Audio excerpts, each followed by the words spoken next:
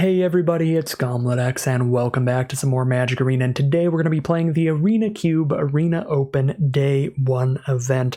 The Arena Open events are the most competitive entry-level events you can get into on Arena. You gotta spend 5,000 gems or 25,000 gold for entry, and you don't get anything but your entry back for getting a 7-win run. You lose a bunch of gems if you get 4 wins or less.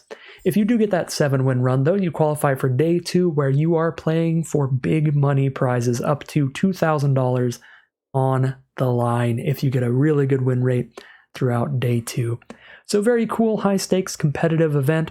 Can be fun to try these out and just see what happens.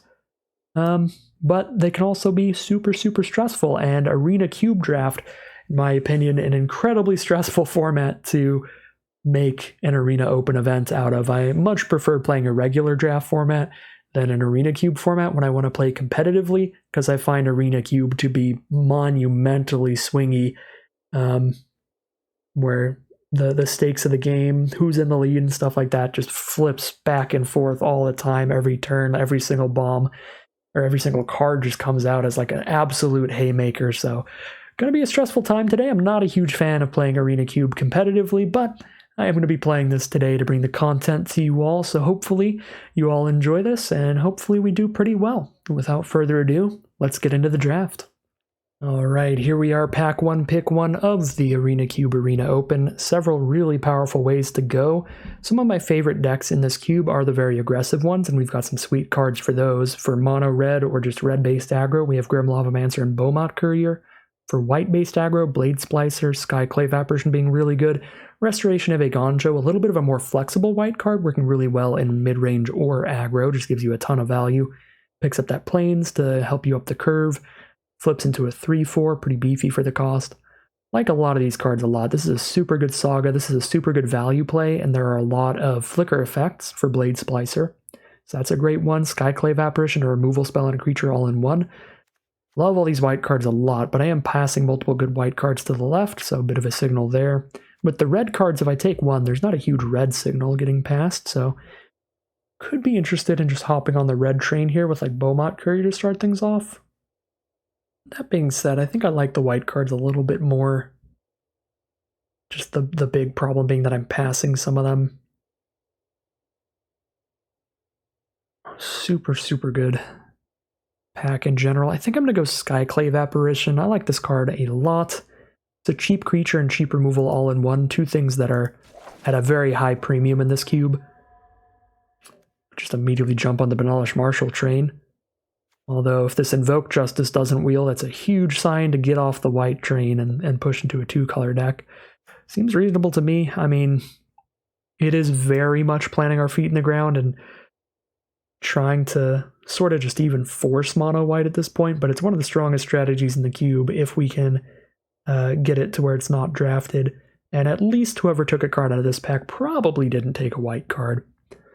So, I don't know, seems reasonable. Head for mono white, take a Benalish Marshall here.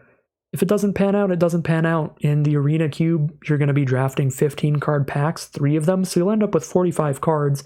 You only need 23 non-land cards, so it's okay if one of our picks doesn't pan out and ends up in the sideboard for a strategy that just didn't work for us. So I'm going to take Marshall. I think it's the highest upside if we can push into mono white. Siege Gang's also great. Invoke Justice is great. Everything's great, really, in the Arena Cube. Mindstone's pretty nice. It's the most flexible card in that pack. Alright, nothing for white here. We do have some very, very good cards in this pack, though. We have an Essica's Chariot in green, which is also really easy to cast, only requiring 1 mana of green in the casting cost, so we don't need to be that heavy into green. And this card's just an absolute house. 4 mana for 2 2/2s. You can use those to crew the vehicle and make even more 2/2s. Chariot's just a really, really good rate for the mana cost, and probably my favorite card in the pack. It's also Oracle of the Alpha, which is very fun and incredibly good with flicker effects. So that is an option as well. Blue-white does tend to be a flicker-focused archetype. So that's probably one of the better cards as well. I think Chariot and Oracle of the Alpha are my favorites here, but I think I'm going to go Chariot. Oracle has the highest potential upside. Again, if you get that flicker nonsense going on, it's just brutal. But Chariot is just consistently good in anything that has like a single forest in it. Pack 1, pick 4, some really solid white cards here. We have Touch the Spirit Realm for interaction or Steel Seraph for a big, beefy, scary card. 3 mana for a 3/3 flyer that gives something flying, vigilance, or lifelink till end of turn during combat is really good. That's a 3 mana 3/3 vigilant flyer or 3 mana 3/3 flying lifelink all by itself because it can target itself with its ability. So in a white deck, Steel Seraph's really, really good. I'm actually a huge fan of that. I might even take it over Touch the Spirit Realm, which is a little weird because usually you want as much interaction as you can get, but we've already got a Skyclave at least. Some great black interaction as well. Fatal Push and Lonely End. Maybe that's a good reason to push into black, but when there's still good white, we'll stick to white for now and take... I do really want to take Steel Seraph, but Touch the Spirit Realm is competing very hard for that slot. Actually going to take Touch the Spirit Realm. There's a lot of really good creatures. Not a lot of really good removal. Speaking of really good removal, there's a Meathook Massacre here in black, but there's also great cards in green. Ulvenwald Oddity, a super aggressive green card that if you flood out can just turn into an absolute monstrosity. The Ulvenwald Behemoth. 4 mana 4/4 trample haste. Already groovy. And if you just get a ton of mana, it's ridiculous. So maybe push to green-white aggro here, take Ulvenwald Oddity. Yeah, I mean, Meathook Massacre is the best card. We're not married to green yet, but I like pushing that way to be more aggro. I guess Skyclave and Touch the Spirit Realm can work in a more controlling, more mid-rangey deck where Meathook would be great. Could go black-white mid-range. Maybe I do take Meathook Massacre, stay a little more open. The card's just ridiculous. A board wipe that gains you a ton of life when you play it. A huge way to recover against aggressive strategies. Here's where things are really awkward. There are no white, black, or green cards here. A bunch of multicolored. And the best is just some cheap red or blue interaction. This pack is kind of a disaster for us. The best cards usually Fiery Impulse or like Exclude. One of these blue cards. Could see us ending up in blue-white control. I don't think we're going to end up in red.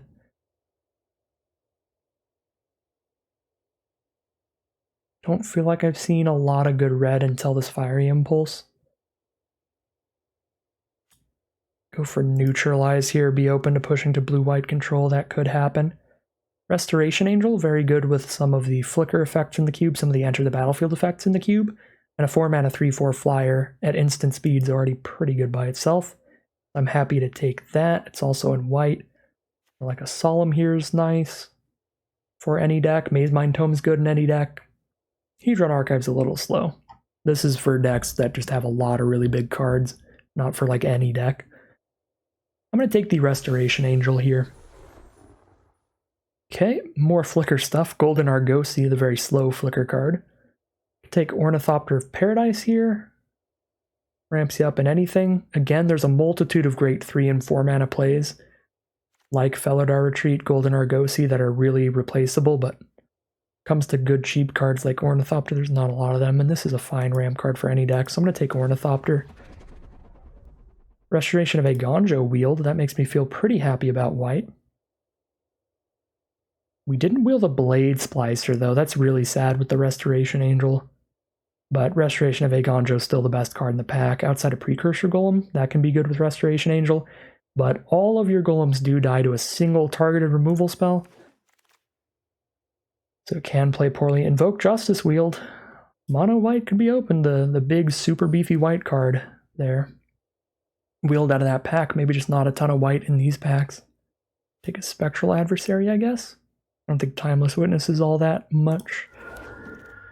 All that exciting. Yeah, take some blue-white control cards, or if we don't get enough white for mono-white.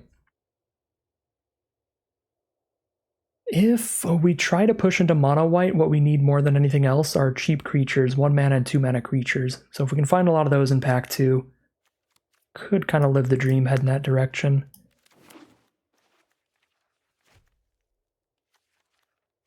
We'll definitely find out.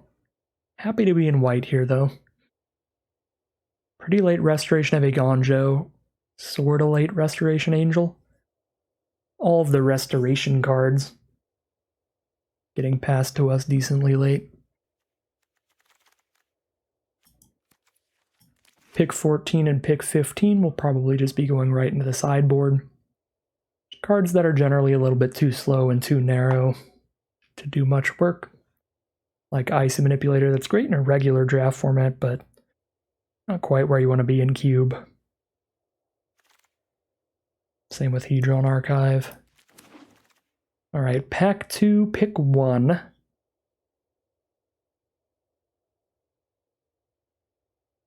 I think we go for Remorseful Cleric here. This is going to be better if we end up in an aggressive white strategy, like if we can make it into the full mono white deck.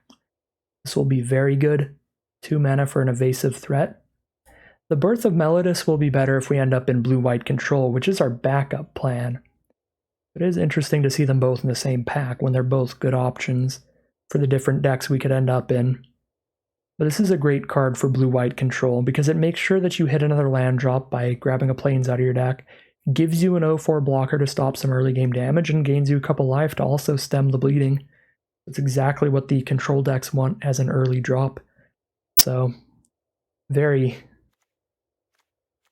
very crazy to see both in this one pack because they're both very, very narrow towards their specific side of what white is trying to do. Something that's a little less narrow is Elesh Norn. This card is just so powerful that you can play it in mono white aggro even though it's a 7 mana play, and you can definitely play it in blue white control. Gigantic 4/7 Vigilance, it's a standalone threat in that way. It can end up killing a lot of your opponent's creatures. It can buff your whole board. It's a very good card. If we're incredibly low to the ground aggro, Thalia could be better for us. 2 mana, 2/1 first strike, non-creatures cost 1 more, taxes your opponents and stuff. Problem with Thalia here is she's already taxing our like Restoration of Eiganjo kind of saga creatures. We're probably going to pick up more like Kayla's Command is like a sorcery creature. So Thalia can be painful even if you are mono white aggro. I'm going to take Elesh Norn here. Valor's Stance is nice and flexible, blows up a big creature or it protects one of yours, giving it indestructible. That being said, Kolagon's Command and Bone Crusher Giant are like the best cards in the pack. Those cards are nuts. A bit late to hop on the red train though. Kind of already ignored the red in pack 1 because there just wasn't a lot of great red. There's the Fiery Impulse, that was about it. Yeah, kind of a sad day. I don't think we're on red. I think we just take Valor's Stance. Could take the blue-white dual land. Honestly, commit towards blue-white since we are playing a 7-drop Elesh Norn. Don't have a lot of cheap creatures right now. A single Remorseful Cleric is not going to be enough of an early game plan for a white aggro deck. Yeah, I'm actually going to take Hollowed Fountain. I don't think Valor's Stance is incredibly exciting for the white deck. Okay, now I think we need early game plays again, so we take Hopeful Initiate now, the 1-drop. Elite Spellbinder again is very good, but there's just so many good 3s and 4s. We already have 5 3-mana cards in this deck. Really need to make sure you have things to do in their early turns. Hopeful Initiate definitely fills that role. Lunarch Veteran kind of fills the role, but it's not the greatest. Same with Dancing Sword. I'm not a huge fan of those. Not much to play around with otherwise, though. We're not going to be heavy enough into blue to run a double blue 2-drop. So I guess I'm just taking Lunarch Veteran. Dancing Sword seems very not great. Because it doesn't even like classify as a 2-mana card that immediately affects the board because it's an equipment until your equipped creature dies. So it doesn't really affect the board much till much later. I guess I could take the Cave, but just have a Lunarch Veteran here. Alright, Adonto Vanguard, incredibly happy with that one. 2 mana for a 3/1 while attacking that you can pay life to give indestructible. Exactly the kind of early gameplay mono white wants. Some good control cards here. Negate, Disdainful Stroke, and Overcharged Amalgam are all pretty good options. I prefer Disdainful Stroke. It's the easiest to cast, and there's a lot of really powerful cards. 4 mana or greater. Kyodai for mono white. Kind of a slam dunk. Godfar's Gift's a 7-drop. If I'm going to be aggressive, I'm only going to play like one of those, and Elesh Norn I would rather play. It's not a blue-white duel. I guess we take Urza's Command or Circuit Mender. Circuit Mender does work with Restoration Angel, I suppose. Urza's Command does not seem that exciting, even if I am blue-white. I don't know, I'll take Circuit Mender. Might be a little weird. This is an 8 mana card, that's a lot. Take a Champion of Wits. Did Wheel the Valorous stance, so I'm incredibly happy of the Hollowed Fountain choice there. So we just have both the cards we were interested in. How possible is it to be mono white? I wouldn't say it's likely, but it's possible. 15 cards? 10 more playables maximum if we want to play a 15 land deck? We could get there. Sailor and Brawl are both good. I think our white's aggressive enough that if we're blue-white, we're going to be blue-white kind of aggro or tempo, where Spectral Sailor is going to be a bit better. Not in love with this Dancing Sword, but if it gets us to enough white cards to go mono-white, so be it. So we need 6 more cards minimum to make it to mono-white, which is probably worth it here when we have Banalish Marshal and Invoke Justice. More than anything else, we are really looking for still aggressive cheap cards, but mainly interaction. Cheap removal spells over anything else. But I do have 3 2-drops now, 2 1-drops, but Ornithopter Paradise is not aggressive. Mecha Godzilla, it's another 3-drop, I have a lot of those. I guess we take Venerated Loxodon here, we can tap a bunch of stuff, put a counter on everybody. We could take Teferi.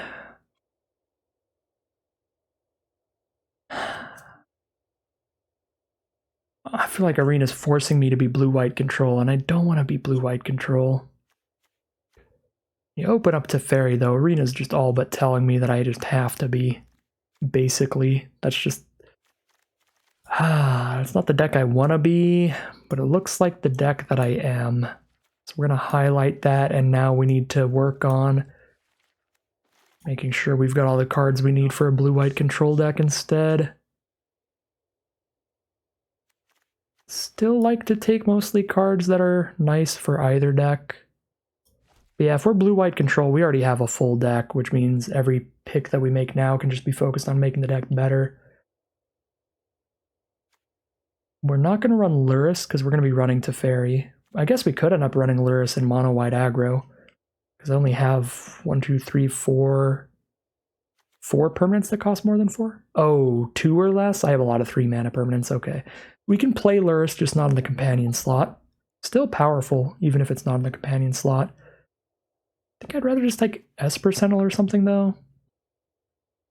Nice 1-drop that can draw you some cards throughout the game. Unlicensed Hearse is like sweet for control, though. I think I'm going to take Esper Sentinel, though. It's going to fit nicely to mono-white or blue-white. Borrower's fine interaction for blue-white. Selfless Savior's definitely better in mono-white. Could be solid in either.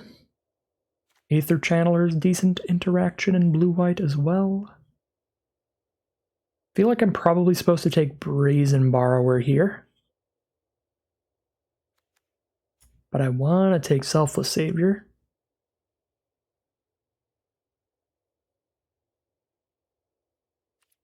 Just be a white aggro deck with a bunch of blue control cards. Could be where we're at today. I'll take Sune's Intervention because it's 6 mana and not 8 mana, so it's a slightly more reasonable mana cost. Still not easy to cast, but is what it is. Another blue-white duel, a blue-white board wipe. That's going to be very important if we end up in blue-white. We have 0 board wipes right now. That would be tremendously important in the blue-white archetype if we go that way, so probably take Time Wipe over Mana Tithe, which would just be fine if we're mono-white. Oh my god, a great 1 mana 2/1, also a great Welcoming Vampire, can draw us cards every time we play creatures. If they are low enough power. We've also got both of the Kamigawa channel lands, which are excellent. You can actually get an effect out of your land if you're flooding out. All 4 of these picks are just incredible.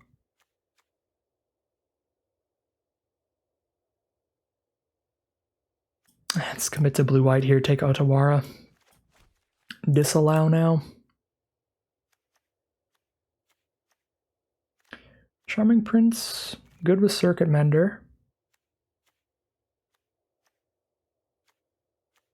Good against aggro. Get a 2/2 down, gain some life. Charming Prince is reasonable here, but I feel like the counterspell is probably generally better.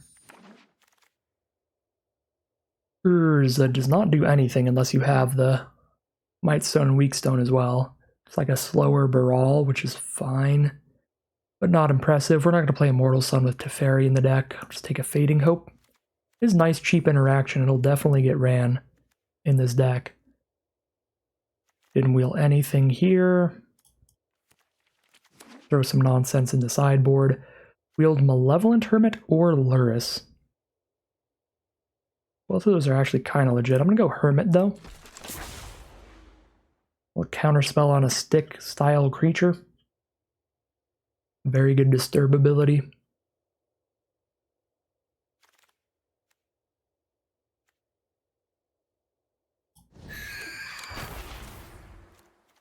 Got the 5 million mana win condition if we want it. If we end up running it, we play the Hedron Archive.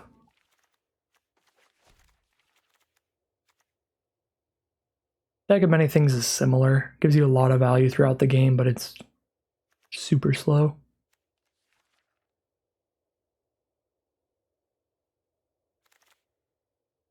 Got the blue-white land. Probably more important to have our second duel than our first mana tithe. Wield the Night Counselor. This was very, very close to being a great draft pod for mono white. It's a tiny bit off. Just didn't get any great white interaction, I feel like. 36 cards. Then I have to run some filler to make it to 40, and that's with a 17 land deck, and that's running the 8 mana Overwhelming Splendor. Yeah, it was so close. I could be primarily in white here, so that I could still run like Invoke Justice and Benalish Marshal, try to keep the creature count high, put in the most aggressive blue creatures, and the cheapest interaction. Try to be blue-white tempo, where we curve out with a bunch of aggressive creatures and then counter their big plays that they try to use to recover. That kind of stuff.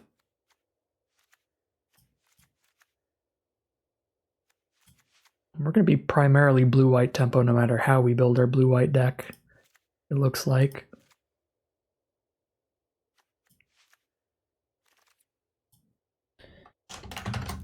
If we're going down that path... Oops. Overwhelming Splendor's way too much mana. Manipulator's not great. We don't want Archive if we're not playing Splendor. 9 more cards to cut. 20 creatures in here? We can definitely cut at least a few of those. I'm in love with Lunarch Veteran. Got a lot of 1-drops that probably don't use the Siren Storm Tamer. Like all these 2-drops except Ornithopter of Paradise. If I'm trying to be tempo, I'm just trying to curve out with creatures in the early game. Don't really want to play like a mana dork.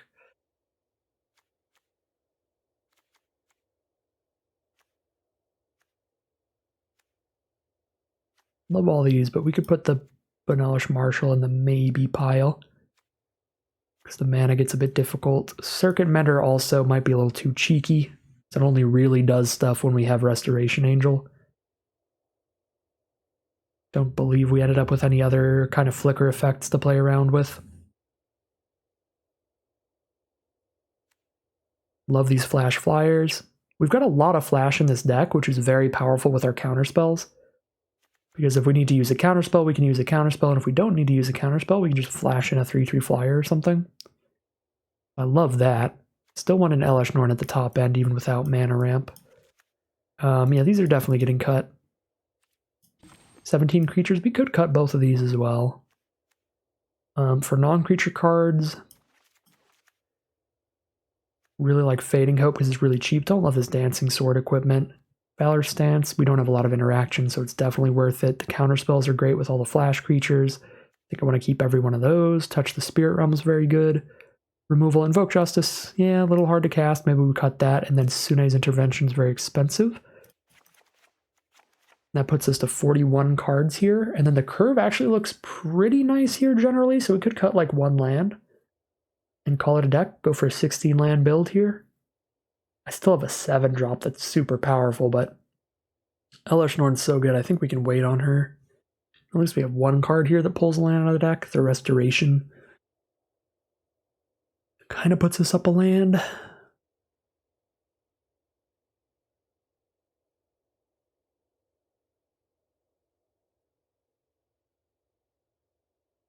Maybe I'm not really on the time wipe plan. I don't think I'll be on it often, but having it as a backup plan is kind of nice. But yeah, I mean, we have a really aggressive curve of creatures. We're probably trying to just outrace our opponent generally. Very much like a last-ditch effort backup plan most of the time.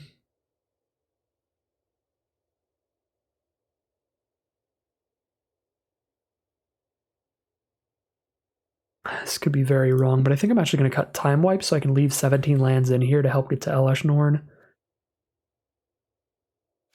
Got a little bit of like draw discard with Champion of Wits. Got some cycling. One of our lands can be used as a spell. Seems very reasonable to me. Like blue-white tempo here. I think this is going to be the deck. Alright, here we are with the final deck we're going to be playing today. It's a blue-white tempo deck. The name of the game here is to be curving out with nice, cheap, aggressive creatures to put pressure on your opponent.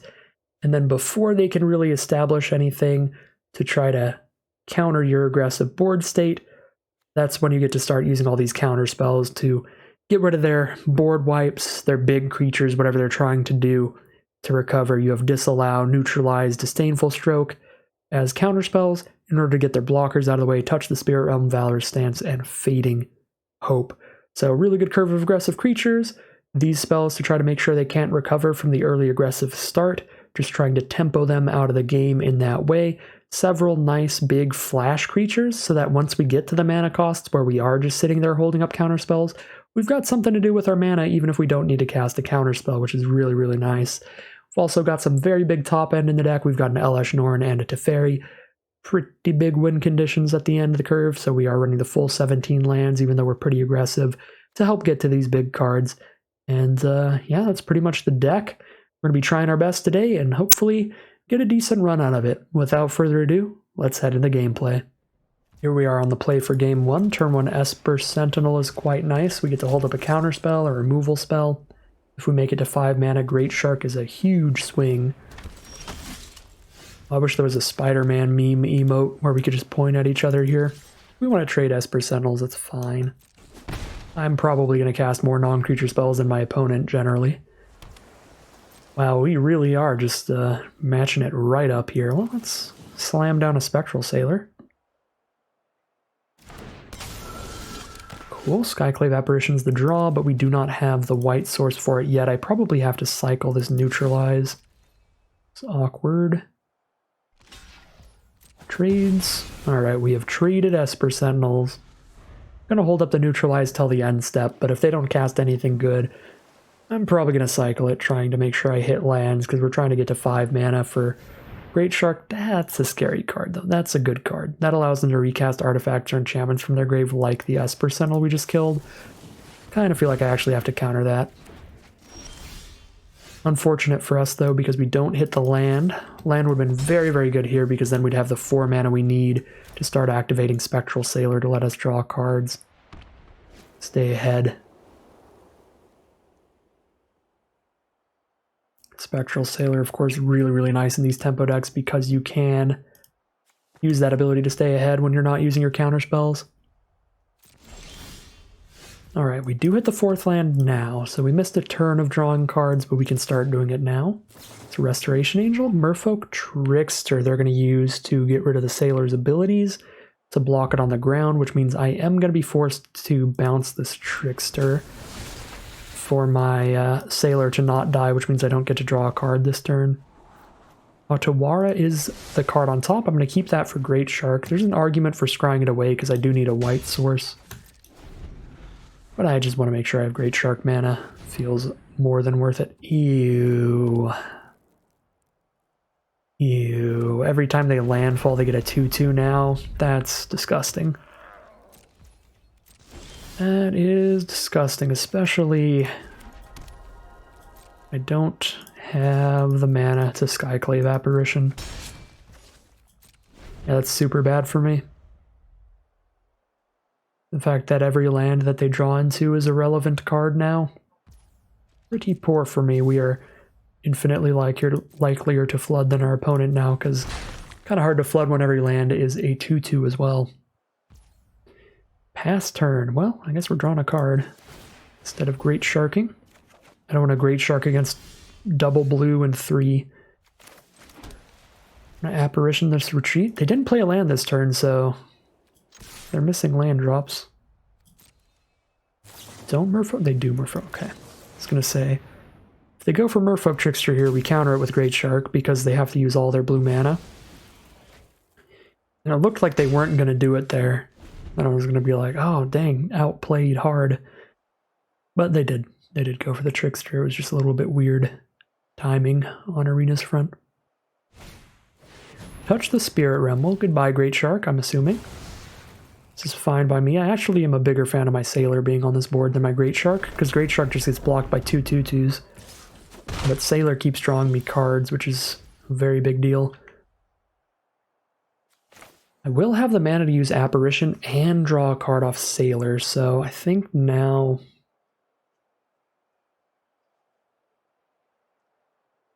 Do I get rid of Felidar Retreat, or do I get rid of Touch the Spirit Realm so I can have a 5/4 again? Actually a very hard choice. Those are both very good things to do. Stop them from getting more 2/2s or putting +1/+1 counters on them, or get back our 5/4 so we can block the 2/2s. I think I'm going to get back the 5/4. Just hope they don't top deck a million lands or anything. Keep drawing cards off Sailor to get ahead in card advantage.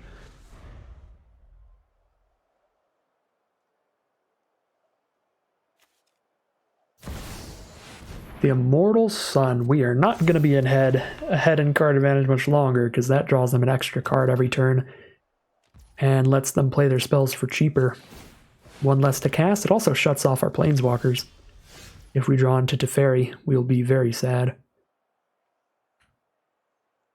I have to double block to kill Great Shark, and then I only kill one of the two because they have 6 toughness. Yeah, it's a bad attack for us. Actually, just want to draw a card right now, I think.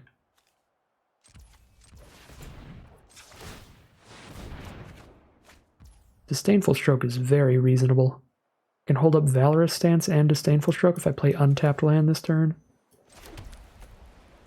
I don't want to... Selfless Savior? Maybe I should have went Hallowed Fountain and just Selfless Saviored, because then I could only hold up one either way.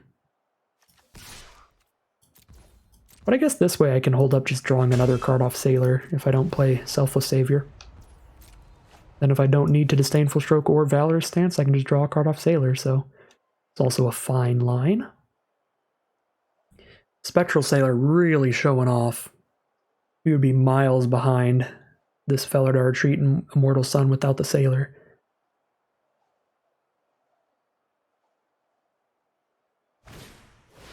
Thrall's Expertise. Bounce all of these and they get to cast a spell for free. I think that puts us far enough behind. We need to Disdainful Stroke that.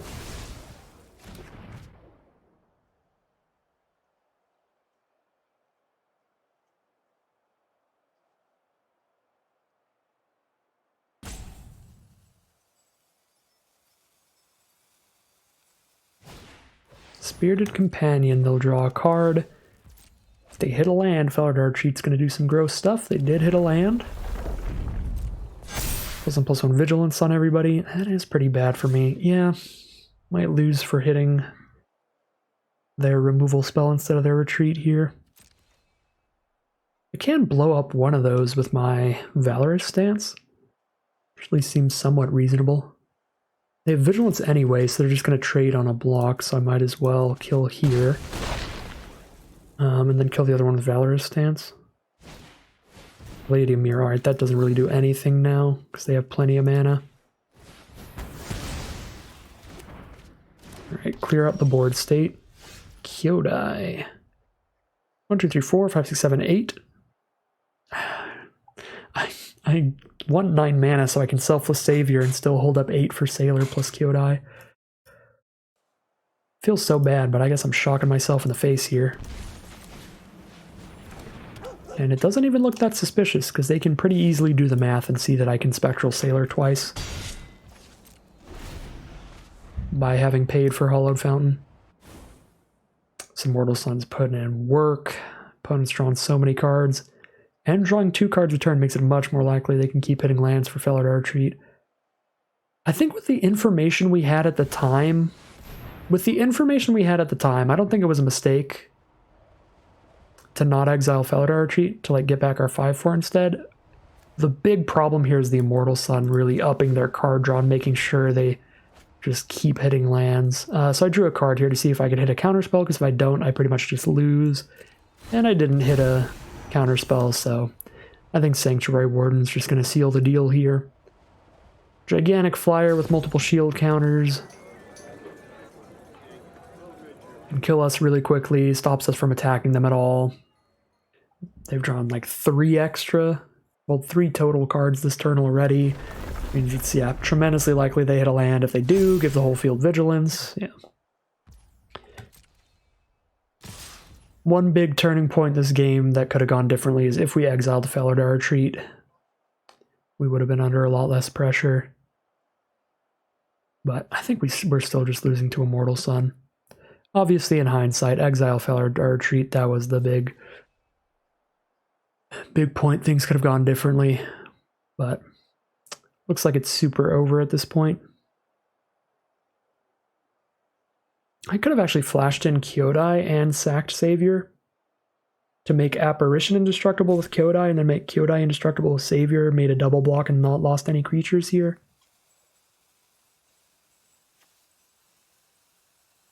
I think it really matters though. And we'll find out. I'll go ahead and draw the extra cards here and see if anything we could have hit to get out of this, but definitely not. Immortal Suns are running away with it. It's going to be game. 0-1. Here we are in game 2 on the play. Very good curve of creatures this time around. Much more aggressive. Big fan.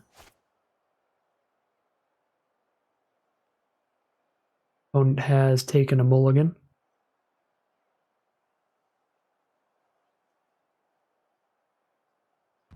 And we're going to start things off with a hopeful initiate and pass the turn.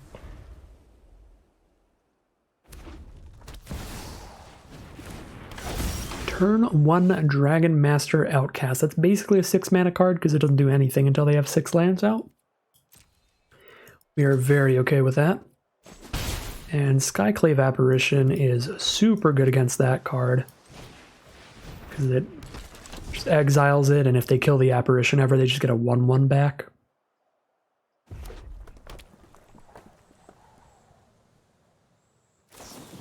Searing Blood on the Malevolent Hermit.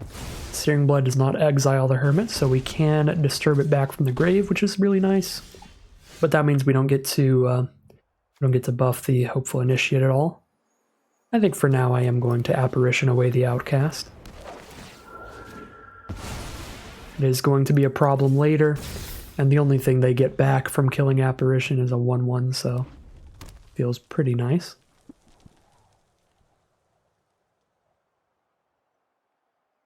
Opponent is on mono red over here. Not the most aggressive start for mono red so far, but that can really change any turn. There's a lot of very aggressive cards in the color. Devil's Play on the Apparition. I'm very, very okay with this, as I said before. They just get a 1/1 with no text, which is quite bad here. Does stop me from training the Initiate again, though.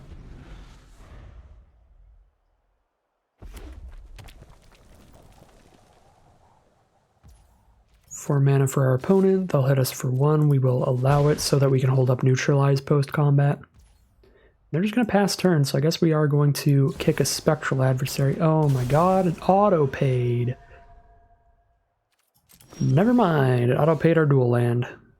Totally forgot, never let the auto-tapper do anything with pain lands.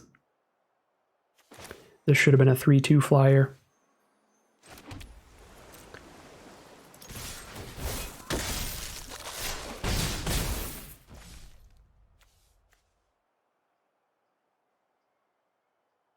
I think I'd rather hold up a counterspell than play another 2-2 flyer right now. We're already in the lead pretty well. Just make sure that nothing crazy happens like a Glorybringer.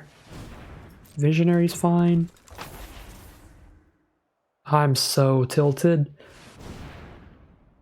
Auto Tapper's gonna just cost us this game. This would have been a 3-2 flyer, which means that Initiate would get crewed here and it wouldn't die to Chain Whirler.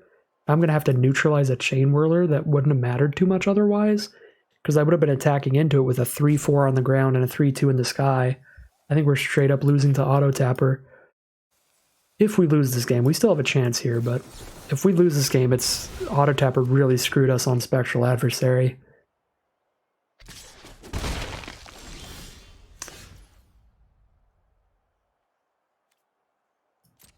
Super frustrating.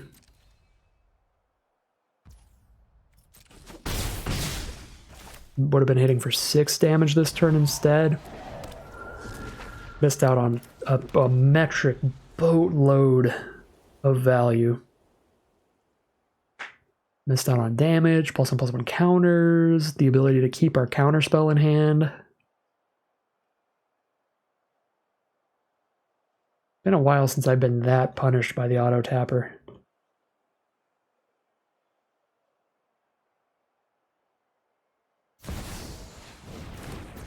Yep, that's super bad. Now they get to cast a removal spell from their grave off of the Bloodthirsty Adversary.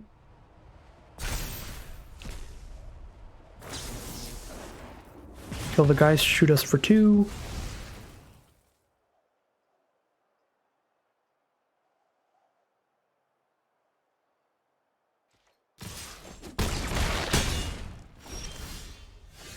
I would be attacking for 6 damage right now. And I would have hit for 2 more damage the turn previously. They would have been at 1 life. This is going to be a frustrating way to lose a game.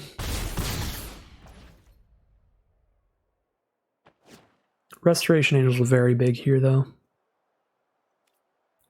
Can flicker the adversary. Blue and 1 any number of times. 1, 2, 3, 4, and then pay that once. Yes, Restoration Angel is really, really good here. And I have the mana even if I don't hold up Otawara.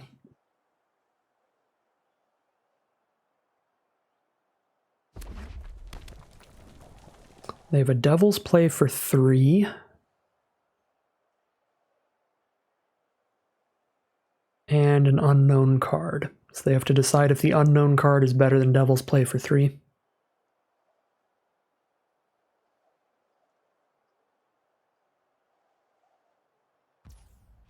Okay. Move to combat, attack everybody. Here's Restoration Angel. This auto tap is fine. I'll have blue and 1 for the adversary. Yep, we're good.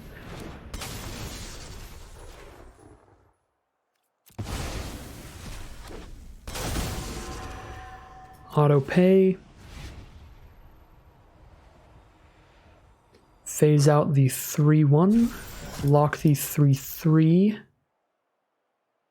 I take 1 damage and get Devil's Played for 3. Yeah. I guess I should have blocked the one with the 3-2. There was no reason not to this time because it's actually a 3-2 because I actually kicked it. I don't know why my brain defaulted it to still being a 2-1. Yeah, there was not a reason not to block that 1-1.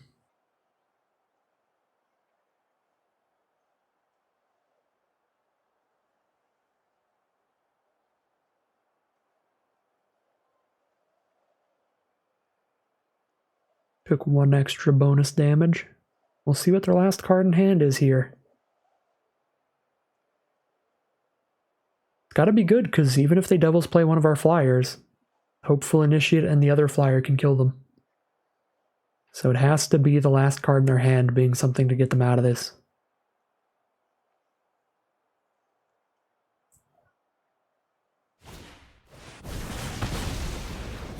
Devil's Play Angel and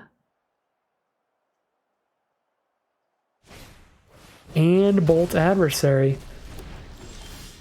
Okay. Ottawa is very, very good here.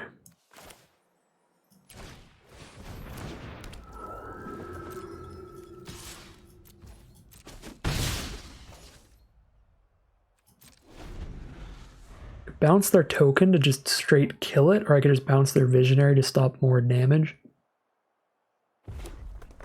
Land off the top means they're just dead, right? If they attack us, they're dead. Oh, or if they do that. And it's just a mountain on top. Don't even have to use Otawara, we just attack in the sky. Super close one, really stressful one. Did not have to be that stressful, but I let the auto tapper do things when I really should not have. And almost paid the iron price for it, but did get there in the end thanks to Restoration Angel. We're going to be 1-1 now, heading into game 3. Alright, here we are now in game 3.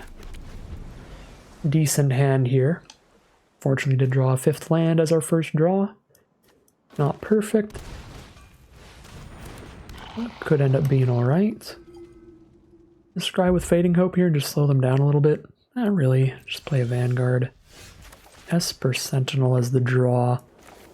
It makes me a little tempted to Esper Sentinel and Fading Hope here, rather than Vanguard right now. Cruel Celebrant.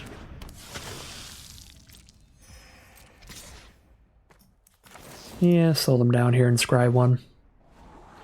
I will take a Touch the Spirit Realm.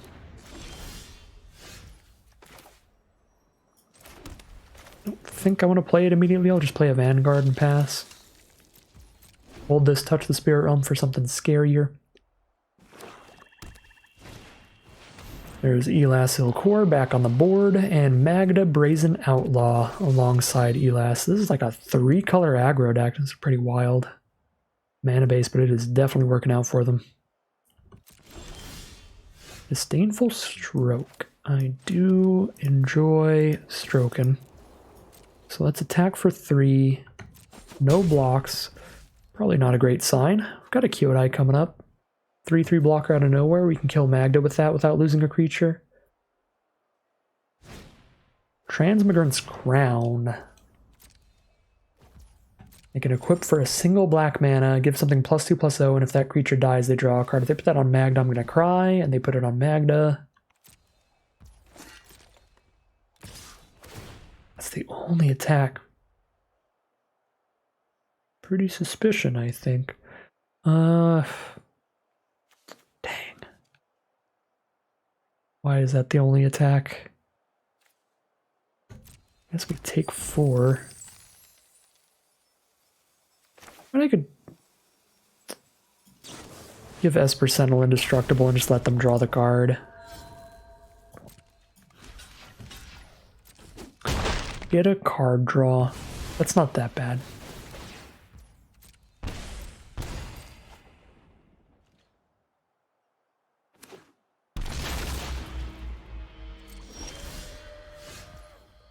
Five mana, we're 2 mana away from getting to Elesh Norn. That's pretty spicy. I can cast a Touch the Spirit Realm and I'll still be able to afford Disdainful Stroke later.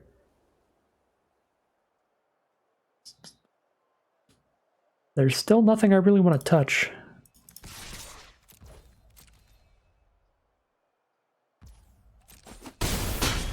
They're down to 12. Yeah, especially since both of those cards will die to an Elesh Norn if I make it to 7 mana.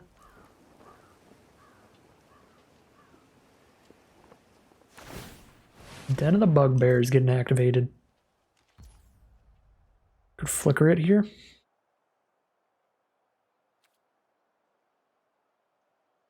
It is pretty obnoxious.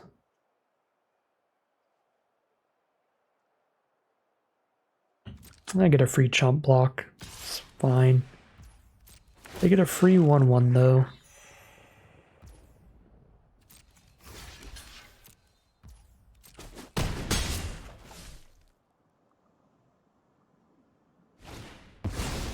Jadar. Oh, Elspeth's gonna be so good. Or Elishnorn's gonna be so good if I can make it to 7. That's the game plan now. Make it to 7 mana. Elas Ilkor Jadar is pretty bad for me. We're at 6 mana. I just need to draw 1 more land now. Now I need to kill Jadar or Elas Ilkor. Because those things just pop off together.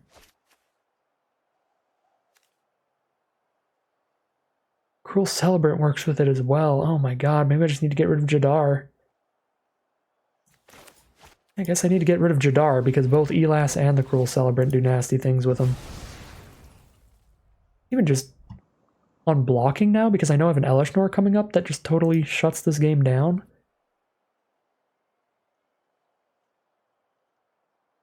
Maybe not with Vanguard, but I think I might just be blocking with everybody else at this point. Yeah, Vanguard blocks as a 1/1. Yeah, it's just super not good.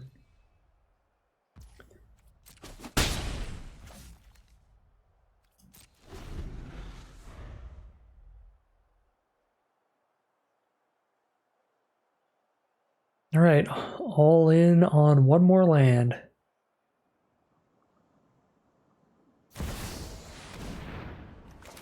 That is going to do incredibly explosive things, and there will be no recovery.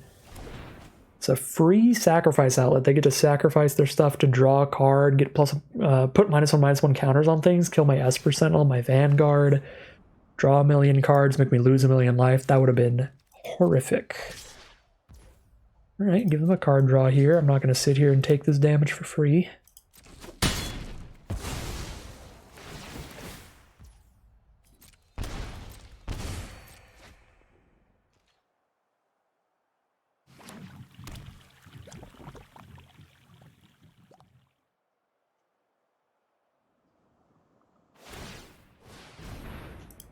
Equip the Zambi. Okay, no Elishnorn mana here. If I Champion of Wits and I draw 2, discard 2, I have to discard whatever 2 cards I just drew. So I feel like I'd play Champion and I don't even discard 2, draw 2, because I don't have any flashback effects or anything anyway. Maybe I hold Champion in hand? Actually, I probably just want a 2/1 blocker here, though. All their stuff is like 2 toughness. Yeah, I'm just going to play Champion and not use its ability.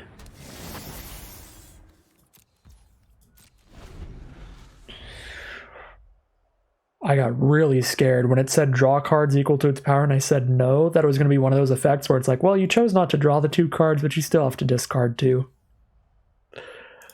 That would have been horrific, but it also would have been really funny, so...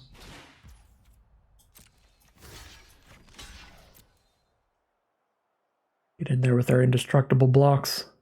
Unless they have finally found removal for Kyodai. They top-decked the removal for Kyodai this turn. Unfortunate.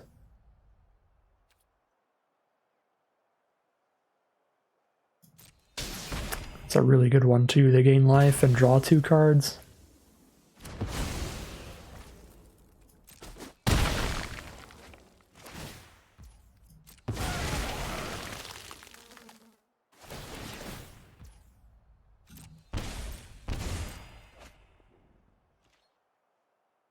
Just have 5,000 cards to play around with still.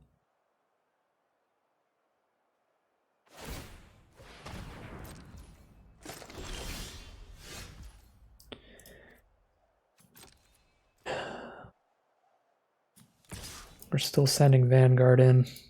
This does not kill anything on blocks.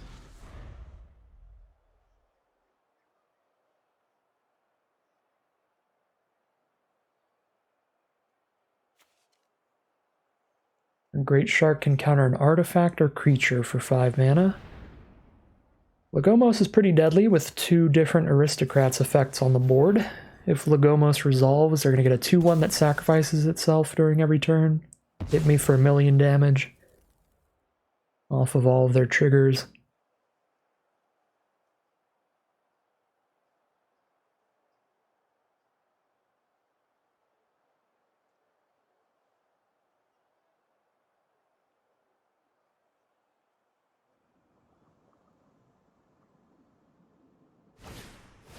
Fight with fire on the Great Shark. Goodbye, voracious Great Shark.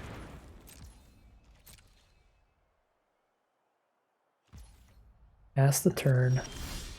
We hit the land. Get out there, Elesh Norn. Let's end this game. They're actually not going to die because Cruel Celebrant. I think they barely survive because of the Celebrant. Oh, no. Vanguard hits them for Exactsies? No, they are at 1 life because of Celebrant's life gain.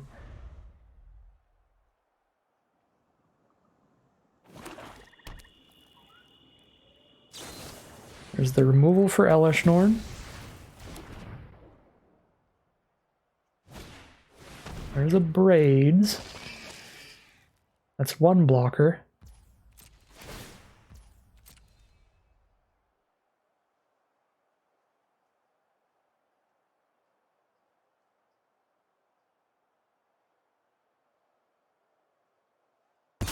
Alright, I can't sack an artifact, so I take 2 and they draw a card.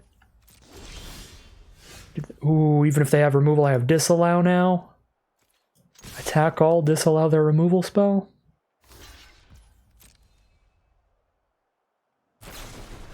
The disallow off the top for the win. Gonna get us that victory there. Disgusting draw for us. Incredibly close game. Nasty Mardu Aristocrats deck from our opponent, but we are just the luckier player there, and it is going to be 2-1. Here we are now in game 4. We've got a 7-mana card in this hand, which is pretty bad to have in your opener, and everything in the hand is interaction, and it's like slow counter spells. This feels like I have the mulligan. And the mana base is good, and the Fading Hope is nice to have in the opener, but counter spells and a 7-drop, really not what you want at the start of a game. I'm going to mulligan that one. This is a definite keep. I think we ditched the neutralize because it requires double blue that we don't have yet, and I'd rather have on-board removal than like in-hand removal, like a counterspell at the start of the game. So we're just going to turn 1 Esper Sentinel here and see where we go from there. Red deck from our opponent. Going to immediately blow up the Sentinel as we draw a card off of it. Fair trade. Fair trade for us. Ooh, turn 3 Restoration of a Ganjo, you say. That's a nice one. That guarantees the land drop we need to play Restoration Angel. She can do some very nice flicker stuff. Ooh, or a Kyodai. Definitely going to play the Restoration here. Guarantee the land that we need to cast these 4-drops. Or the Restoration to get the land we need for these 4-drops. Not the Kyodai. The Kyodai is the 4-drop. I think I got their 2 names mixed up there. The opponent is probably mono red with a Mutavault. Pretty scary.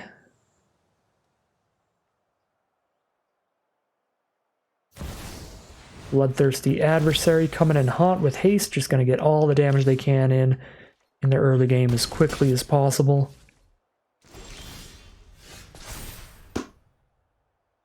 I don't get to get anything back from my grave. I could discard the plains, but I don't have a land to play for the turn anyway, so I can't get any value off the second trigger, which is pretty sad. Play our land.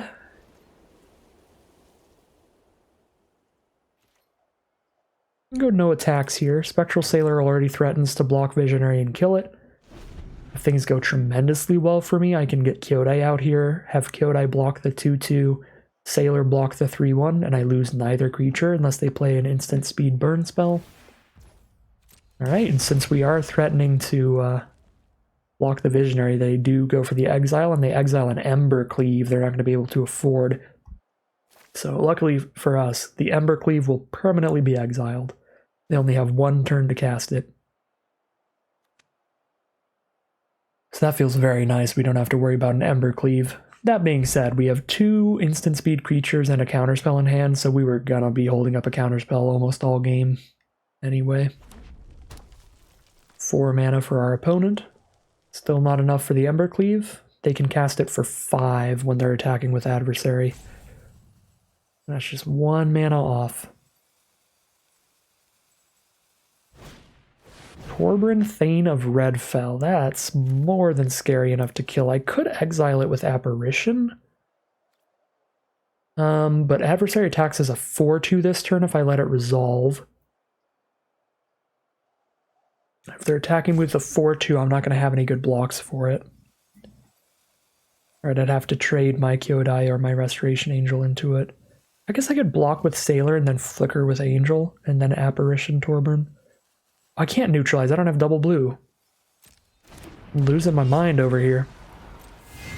So we're gonna go Chump Angel, I think? Or I could just Kyodai and then free block. Probably nice to have Angel after an Apparition as an option. Yeah.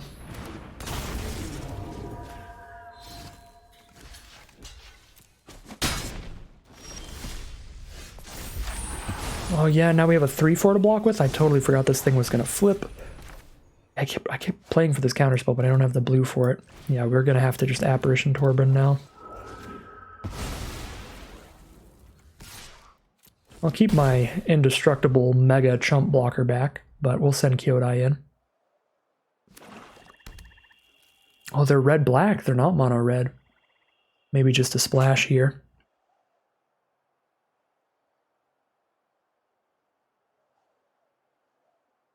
So when the Apparition dies, they will get a 4-4, which is kind of big.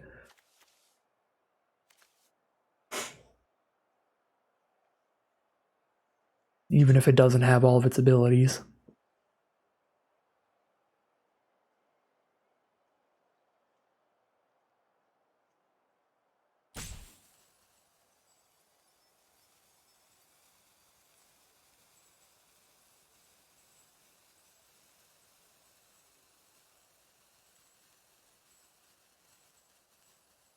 What else do you have for me, Jack? 2 creatures on board, 3 cards in hand. We have 4 creatures on board, 3 cards in hand. We feel pretty ahead here, but Reckoner Bankbuster can try to close out that gap. That can draw multiple cards here. Activate its ability 3 times, get 3 card draws off of it. And they'll have a vehicle to crew and play around with. Just holding up Restoration Angel. Go for like a double block on Architect or something. I could actually just crew the Bankbuster on blocks. So we don't actually have a good Architect attack here. Sadly. I feel like I'm probably setting in the Sailor now for just extra flying damage.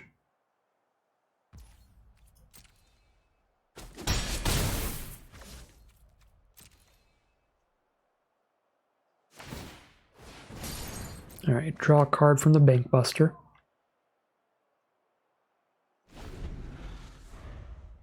Even if we don't need to flicker something with Angel, we kind of need to just play it to pressure their life total and attack them for 7 damage next turn at this point, especially if they're paying for a Shockland going down to 8. Tyrant of Kerr Ridges. If I had a blue, I'd probably counter, but even Restoration Angel is going to be very good here.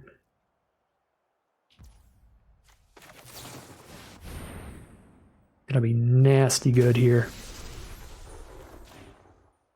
The sad part is we can't really attack through this Tyrant. So Counterspell would have been better, but Restoration Angel's still good. Indestructible Architect's actually pretty tempting. So we guaranteed get those 1/1s every turn. I'm actually gonna go for that. And we just need to draw any kind of removal for the Tyrant now. Do not have double blue for these counterspells. I'm actually just going to cycle this Neutralize and see if I can hit an island so I can actually hold up Disallow.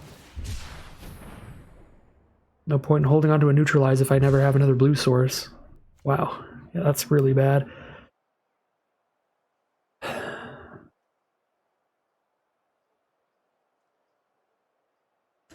Attack with every flyer, they kill Kyodai and take 4. I think we're playing Malevolent Hermit because it can give me a flyer out of the grave eventually.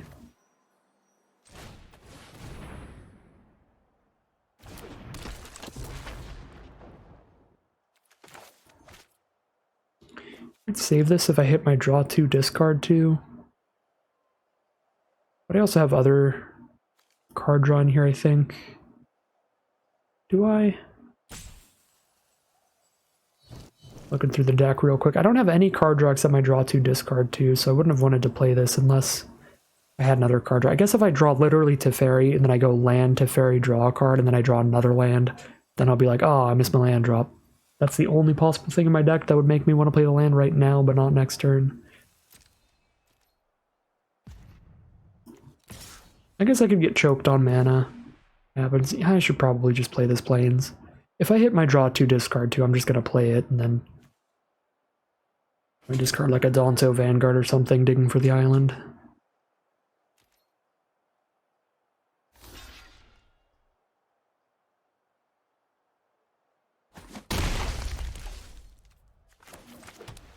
Alright, so we're trying to go wide here. Luckily for us, our opponent really can't afford to attack with their flyer.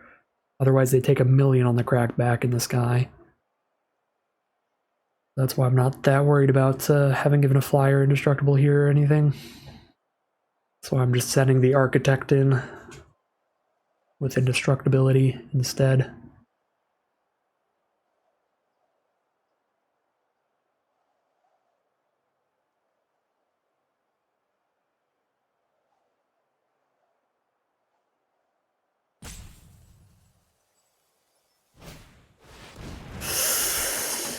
That is super bad. 2 +1/+1 counters on one of their creatures each turn. And it has reach. So they have a flying blocker even if they send the Tyrant in. Be pretty happy with them putting counters on anything that doesn't have flying here. Because the Architect can just block it all day. Maybe they just don't want to put all their eggs in one basket and make a super big Tyrant. Because then if I top deck removal, it'll be bad for them. That is fair. It's a hard choice for them for sure. They're going to get the counters on the adversary and pass the turn. They want to just make better blockers. Alright, we've got the double blue now for disallow. You can play a Danto Vanguard and still hold up disallow, or Spectral Sailor to draw a card.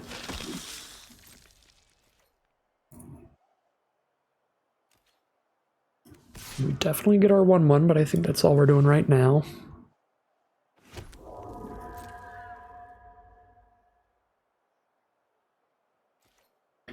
On our way to finding lethal. I can try to kill Kyodai here. Or just stopping the damage. Just stopping the damage, okay. So if they block our 4 biggest things, 1, 2, 3, 4. They take 1, 2, 3, 4, 5, 6, 7, 8. I think we have exact lethal. We block the 4 biggest, block all the 3 power things, and then they take 1, 2, 3, 4, 5, 6, 7. Not quite there. We're really close to going wide and finding lethal. Bankbuster is actually going to make a pilot now, though, so they'll have 5 blockers minimum. Not quite there. Not quite there.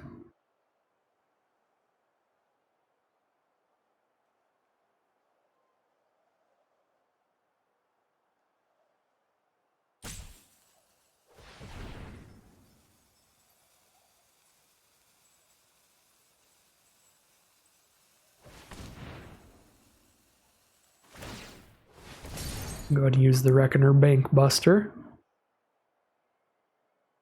I feel like it's really greedy to try to counter that to keep them off of 5 creatures. That feels like almost definitely not the right play. I could, and then if they have absolutely nothing else in hand, then I attack with everybody on the crackback for lethal. But the odds of them having absolutely nothing else that would affect the board in any way are pretty significantly low when they have 4 cards to play around with, and 5 if the ability resolves. Alright, buff the Visionary, that's fine. They still can never attack in on the ground.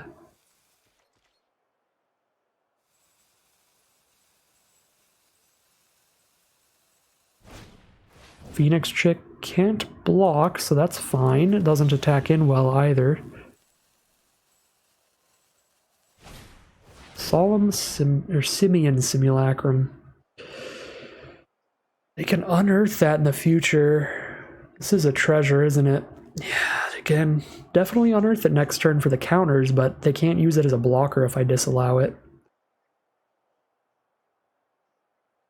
This feels like a reasonable card to disallow. It's not like I have to disallow it, so maybe I'm supposed to just hold on to this. Something else.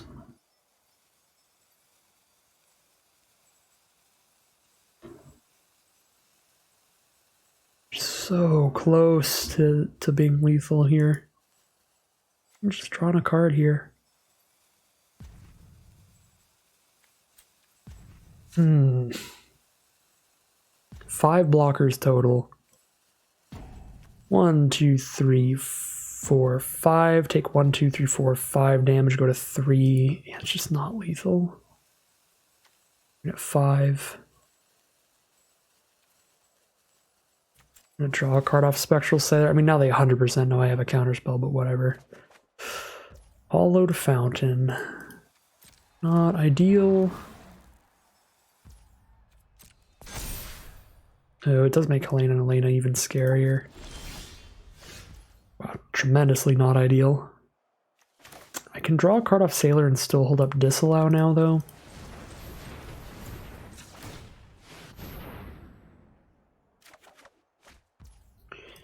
Teferi is a card.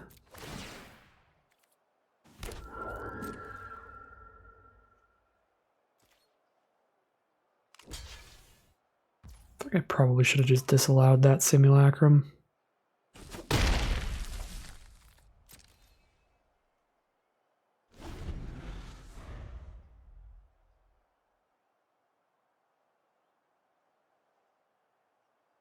I just feel like there's cards they could hit that would immediately end the game in my opponent's favor. Simulacrum is definitely not one of them. Make all their ground troops really, really big, but we're just trying to go wide around their board state, and Architect of Restoration is putting in all the work it can to get there.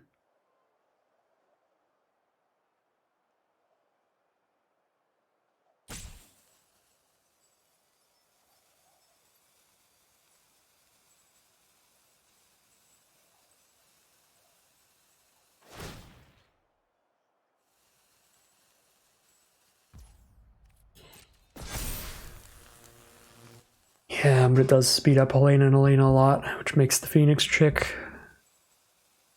super spooky attacker since it can't block anyway.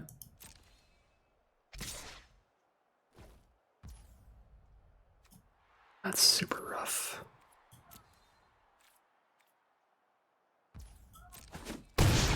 Got a quicker win condition than we do now. Could have double blocked it. Lose one of these, but then I lose my indestructibility.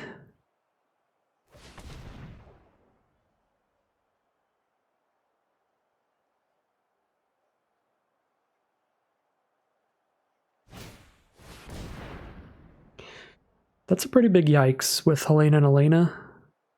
That can go wide and kill us super, super fast. Be 5 power, so it'll attack, get a counter, be 6 power, and put 6 1/1s on the board. Alright, I don't know if disallowing this ended up being better than disallowing Simulacrum, but I think we probably should have just disallowed. But I guess even if we disallowed Simulacrum, they could have just unearthed it this turn and had Helena and Elena at 4 power. Super bad. We just should have disallowed the Phoenix check. That feels tremendously wrong. It doesn't feel like we had any perfect options for the disallow here. None of them feel great.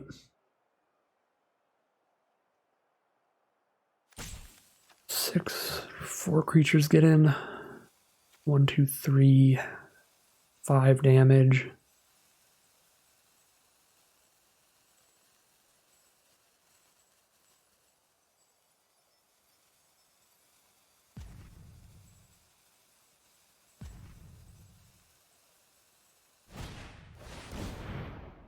Oh, good lord. That's pretty horrific. We get another creature on their board, we're down creatures. Now we're never breaking through, we're just gonna die to the Phoenix chick.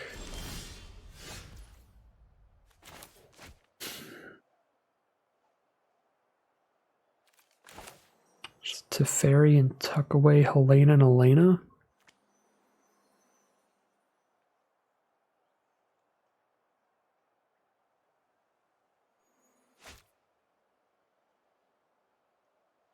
If I had left another blue mana up, I could have countered the fight with fire with the Hermit.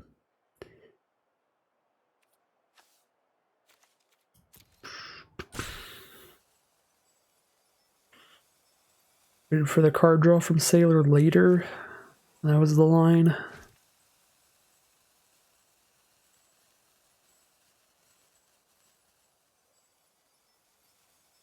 We're so dead.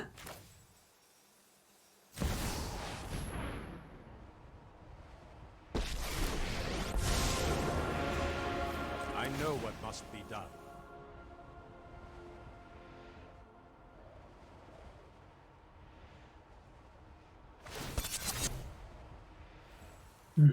Crew the Bankbusters, they have infinite blockers. I'm not ready for you quite yet.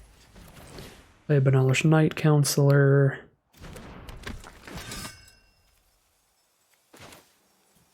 Tapped. Hollowed Fountain, I can still hold up Hermit's ability. Get a 1/1, but we're not going to have a wide enough board for lethal next turn because they're going to have 4. 1, 2, 3, 4, 5, 6 blockers. 2, 4, 5, 6, 7, 8, 9, 10, 11 attackers. We get 5 1/1s in and put them to 3 and then die on the crackback.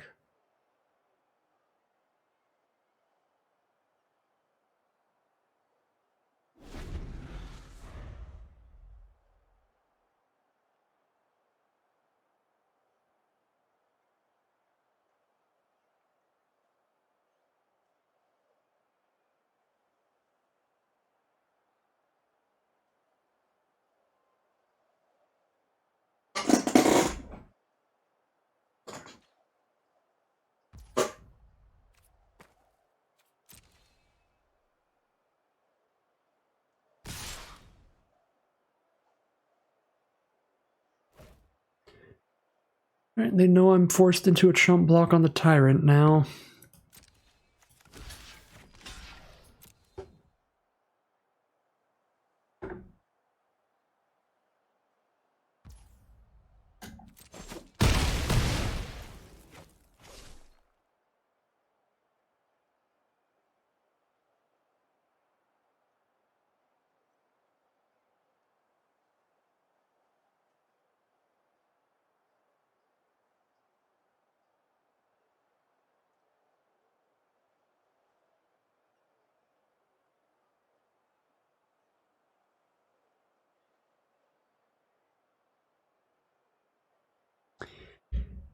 This is super brutal because opponent has so many cards to play around with right now that they've got to think it out.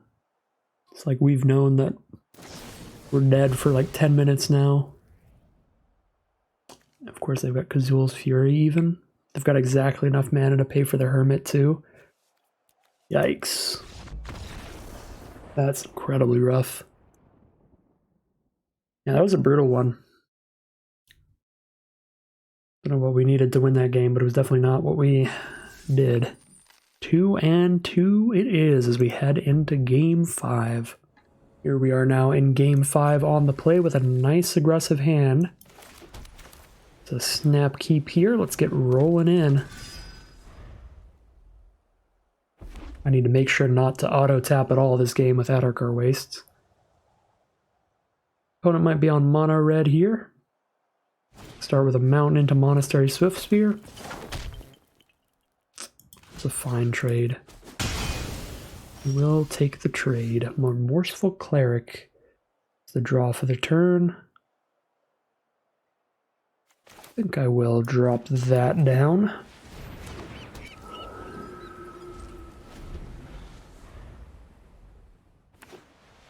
Red-white, so Boros over there with a Monastery Swiftspear, probably Boros aggro if I had to guess. Need to make it to 5 mana for Teferi, so we're almost definitely playing Otawara. So I'm just going to play it right now anyway so I can cast these blue spells. I could cast both next turn if I really want to.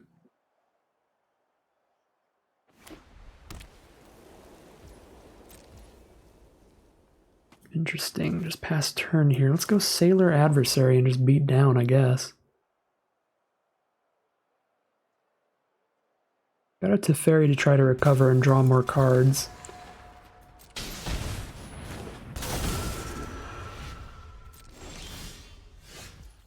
Yeah. Play a land before I go to combat, so if Sailor dies I get to draw a card. But then a Teferi next turn. Solid curve of flyers, some basic blue-white flyers stuff here. Nothing to play there from Fire Shoes.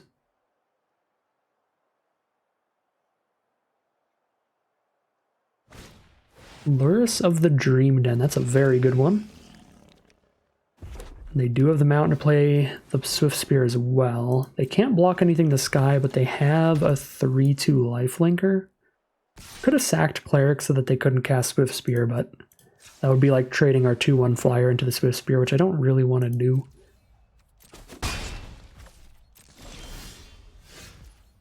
But to ferry the Lurrus into their library, or don't want a Restoration Angel here?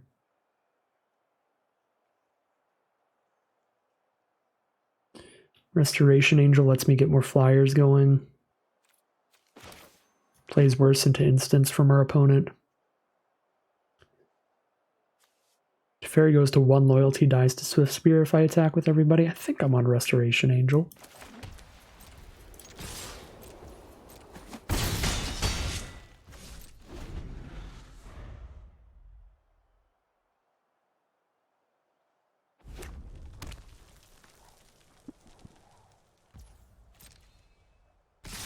Go to combat, drop the Angel.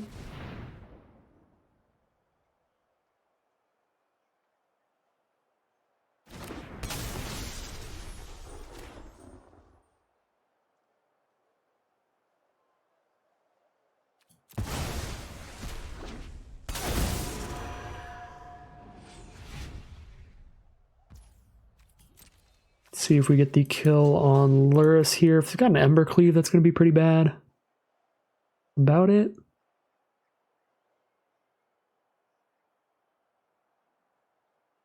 But if they had an Embercleave, that would kind of destroy me whether or not I go blocking here, because they would gain 8 life. Lyra Dawnbringer. Alright, we'll tuck that away with Teferi for sure. And we have a Hopeful Initiate to play afterwards. So block the Swiftspear and keep Teferi around. I'm not going to sing. You need to take a time out.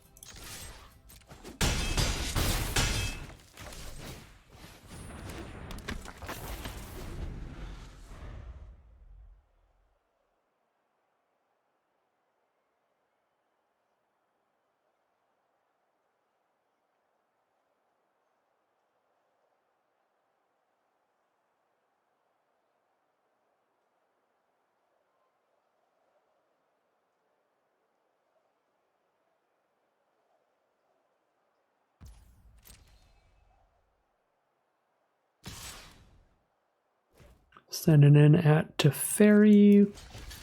We make the block. If there's any chance at keeping Teferi, we gotta take it, because Teferi will draw us an extra card every single turn.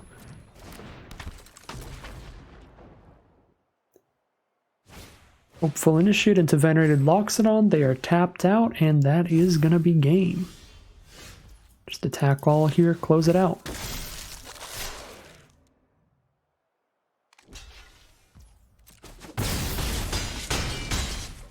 We are 3-2 now, heading into Game 6, getting at least an average run out of this Arena Open event.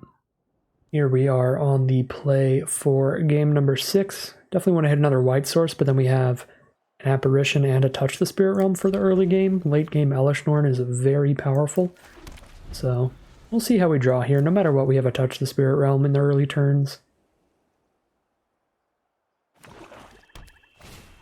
Blood Fountain is the first play from our opponent. We do immediately hit a second plains, which is quite nice. Skyclave Apparition will be available now. Xander's Lounge from our opponent. Blue, black, and red mana available to them. Restoration of Agondra is a beautiful draw. It's going to get us another land to help make it to 7 mana for Elesh Norn. Going to ramp us up next turn as well, letting us discard one of our lands, put it back onto the board, and still play our land drop for turn. Then it's going to put a nice 3/4 body out there. Restoration of Agondra, a great card to set up here.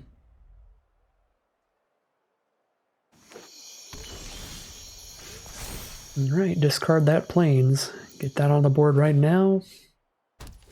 Drop our plains for turn, and we're at 5 mana already. Holding up an Otawara if we need to bounce something. Touch the Spirit Realm as removal.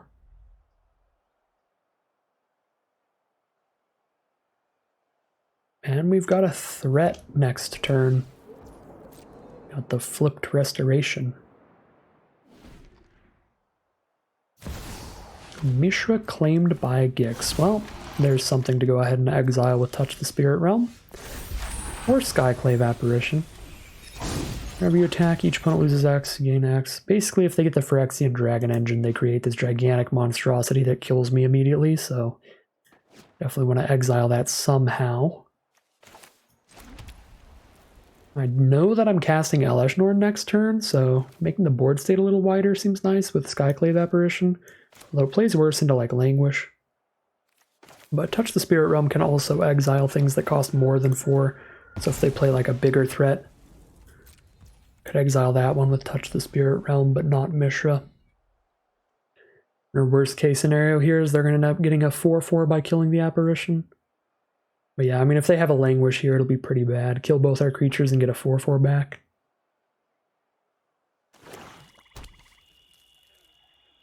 But that's, I think, the worst that can happen. I think most other cards, it's better to just drop this Apparition. Ooh, I don't like that at all. Sack one of these creatures.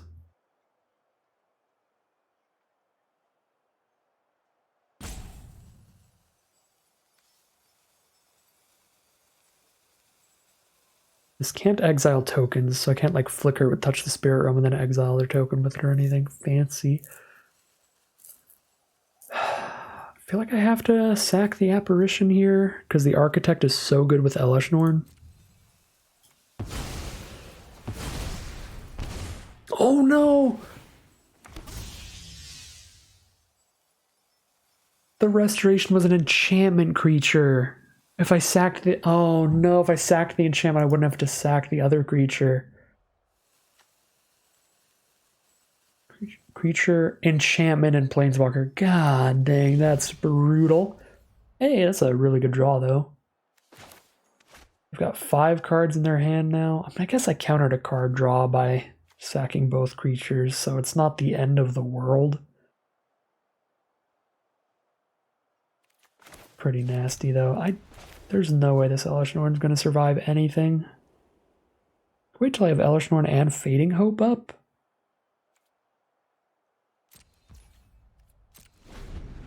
That might be interesting.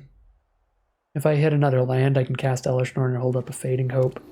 For now, I can use Otawara to kill this 4/4. Wrinkle is fine. Wrinkle might get Touch the Spirit Realmed.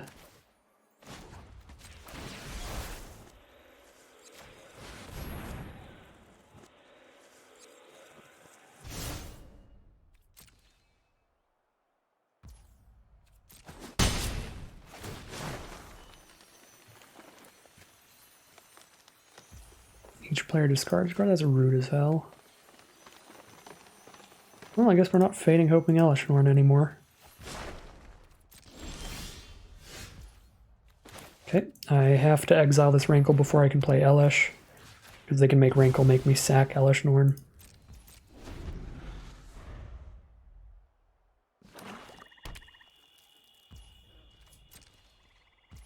Last turn, they only have one blue source. Their odds of counterspell are really low, but probably have straight removal. I'm not going to be able to make it to 10 mana anytime soon, but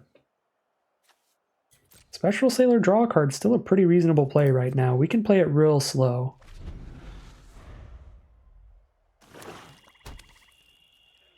Like under actually zero pressure.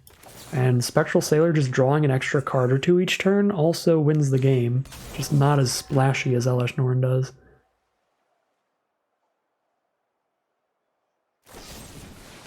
Ooh, and there's the removal out of the way. They cannot use that on Elesh Norn now.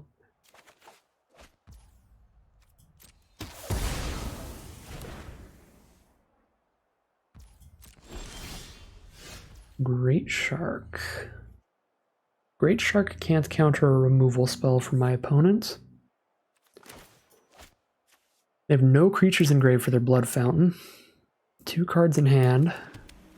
Do we just hope that we got the Hagra Mauling out of the way and that was it? Or just hold up Great Shark and just counter their next creature? I'm just going to hold up Great Shark. We're at 8 mana, 2 lands away from Elesh Norn plus Neutralize. Without a Spectral Sailor, it feels a lot worse to play it slow. Now I don't have a mana sink to sit here and draw cards in the meantime. Although there we go, we can exile, or we can counter that with Great Shark. We'll end up in their graveyard though, so they can escape it, or they can Blood Fountain it. But yeah, this feels like definitely a Great Shark play. And the Great Shark could draw removal. And they only have 1 card left in their hand, so if the last card in their hand is removal, they're 100% out of removal when we drop Elesh Norn after that. Alright, they're 100% out of removal. Let's go.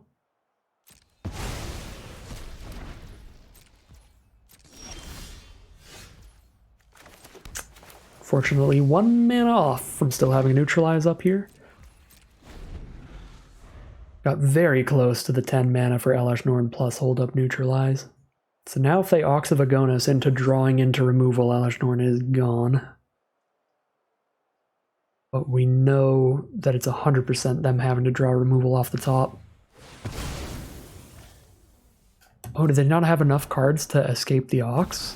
Well, they didn't. It needs 8 cards. So they had to pick it up. And it just dies to Elesh Norn just to draw some cards. There's a Reassembling Skeleton in their grave, but that can't do anything as long as we control Elesh Norn, and now I actually get to hold up Neutralize.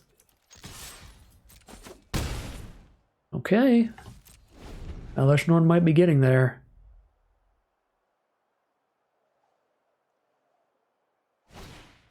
Hourglass Coven. Nah, no thank you. Pretty super bad. Because they're all 3/3s, so they do survive Elesh Norn. Some pretty loaded abilities. Oh my god, this allows such a good draw.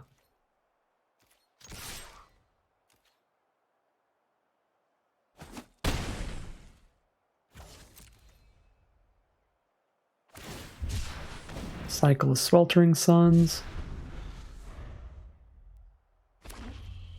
Play a Dragon Skull Summit.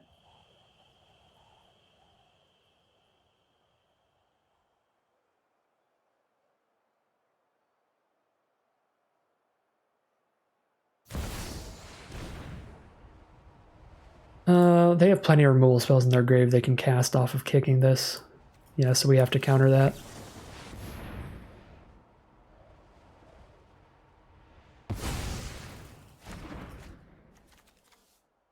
Mana value 3. Oh, wait. Yeah, no, they do. Soul Transfer is mana value 3 or less. They could have cast a Soul Transfer off of it.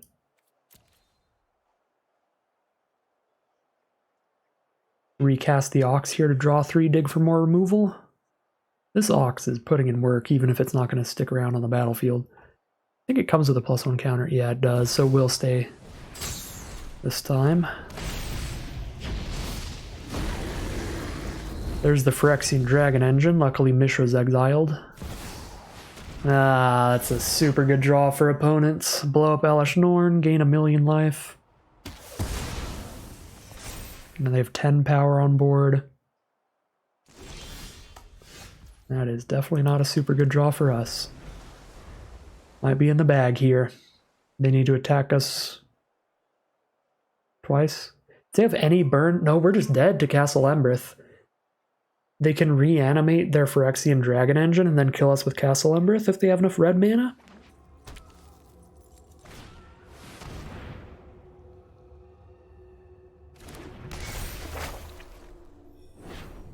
I'm almost 100% certain they could have found lethal there. Because they could have went Dragon Engine. Yeah, 100%, because they could have played Blood Crypt untapped and then double striked us with Dragon Engine. That would have put us to 1 life, and then they could have just dealt 2 damage to us with Elder Dragon War. But it's not going to matter because all we draw are lands. Unfortunate ending. I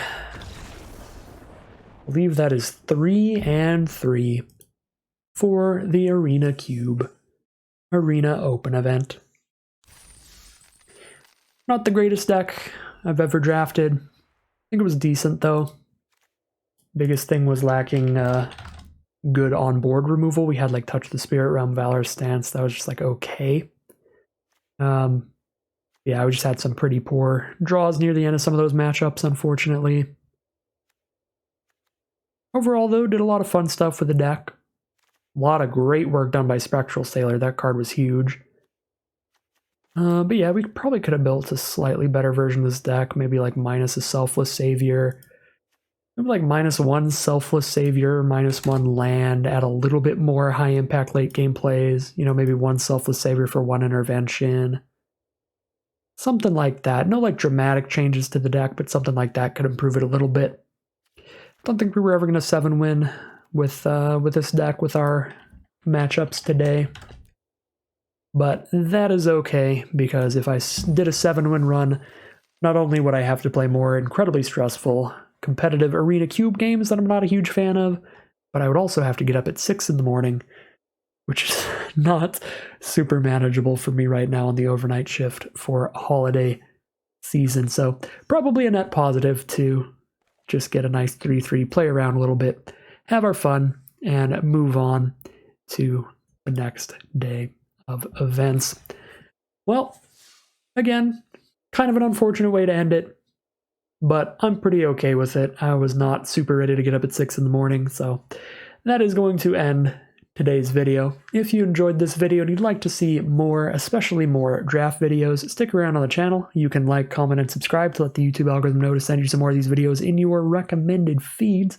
I do these videos as close to daily as I can, and I play a little bit of every draft format that they put on Arena. So we've got more Arena Cubes, because they're not taking Arena Cube off until January, and a few Alchemy Brothers War drafts in the meantime. If they do any other special Christmas draft format, maybe they bring back mystery boosters or something like that, that'd be cool, then I'll be playing some of that as well. So stay tuned for all that good stuff, but as always, thank you very much for watching, and I'll see you again soon for some more Magic Arena.